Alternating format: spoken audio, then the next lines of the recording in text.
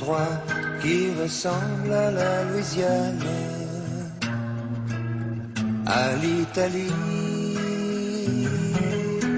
Il y a du linge. Oui, on adore tous cette chanson de Nino Ferrer, Le Sud. Et on part donc justement dans le Sud. 3 adresses à nous indiquer. Oui, où il habitait. Et c'est comme un hommage parce qu'il est décédé il y a 21 ans. Et la date anniversaire, c'était hier. C'était déjà donc, il y a 21 ans. Homme. Ouais. Il habitait à Moncu.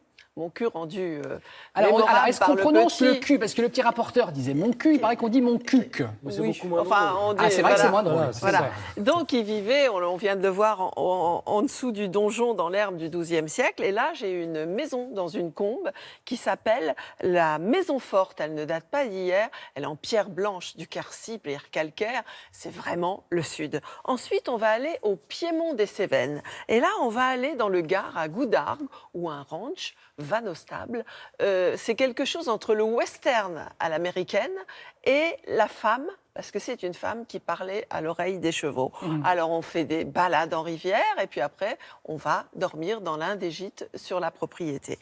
Ensuite, Provence oblige quand même, on va aller au-delà des champs de lavande de Valençol pour découvrir à Riez, c'est dans les Alpes de Haute-Provence, c'est un plateau formidable, et on va découvrir une maison, enfin un ancien hôtel des Colonnes, qui est en fait une petite maison d'hôte de 3 chambres, et là c'est haut en couleur aussi, on est vraiment dans le Sud. On dirait le Sud. On dirait le Sud, ici c'est vrai. Nino Ferrer, on pense forcément à lui, qui habitait en fait tout près de Montcuq. Donc c'est vrai qu'il y a des airs de Provence ici. C'est même des airs de Toscane. Ce qui nous a vraiment séduit, c'est la vue, le silence et la pierre du Quercy blanc. Toute la maison est en pierre sèche. Dans la cour, vous voyez des pavés d'écurie. Et dans les chambres, on a fait en sorte que la pierre soit préservée. On a trouvé dans la grange de 1836 un établi. On a entouré cet établi d'objets donc chinés qui sont surtout de l'art paysan. Un art de vivre qui cohabite à merveille avec une toile années 50. Des tambours de pluie chinois, des chaises jaunes cacadois importées d'Indonésie. Dans la chambre jaune, il y a une pierre de feu. C'était la place de la cheminée. Et cette pierre de feu, elle gardait la chaleur après que le feu soit éteint pour réchauffer les habitants de la maison.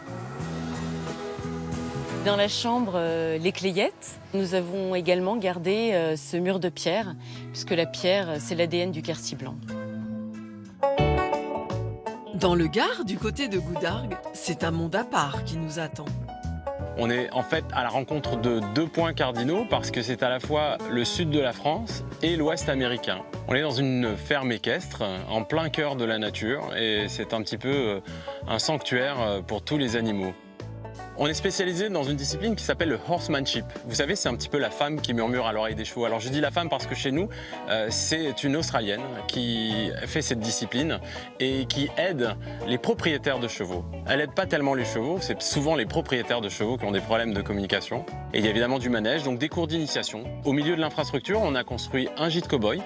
La décoration est pleine de bois, il y a beaucoup de peau, il y a beaucoup de zinc. Tout ça rappelle les codes du bétail, les codes du ranch et de la nature. On propose tout un tas de choses. Par exemple, on fait des randonnées équestres, évidemment, parce qu'on est dans un site incroyable. Il y a la rivière, la Cèze, pas très loin, qui permet justement des expériences avec les chevaux. Et on peut dormir en bivouac dans la nature et revenir au bout de 2-3 jours, comme dans l'Ouest américain. Et de retour au bar du ranch, on parle cheval, évidemment. À Riez, dans les Alpes de Haute-Provence, l'hôtel des Colonnes cache bien son jeu.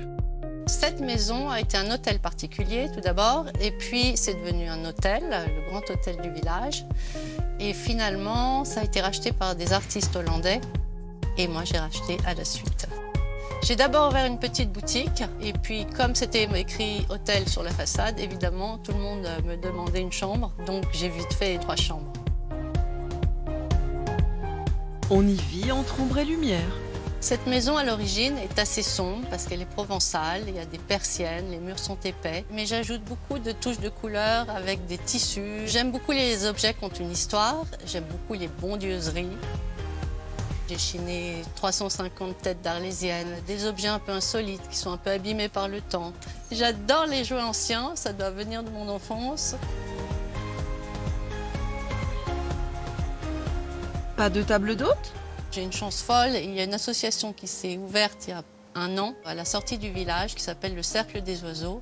Le but, c'est de faire travailler des gens qui ont eu un problème psychologique et qui sont en rémission et qui veulent se réadapter à la vie. Les autres adorent aller dans ce lieu qui est magique, qui est au bord d'un étang et c'est un charme fou. C'est vrai, ça a un charme fou. On y déjeune très bien les pieds dans l'herbe et c'est bon. Et franchement, vous faites une bonne action, alors il ne faut pas hésiter. Merci beaucoup, Marie-Dominique.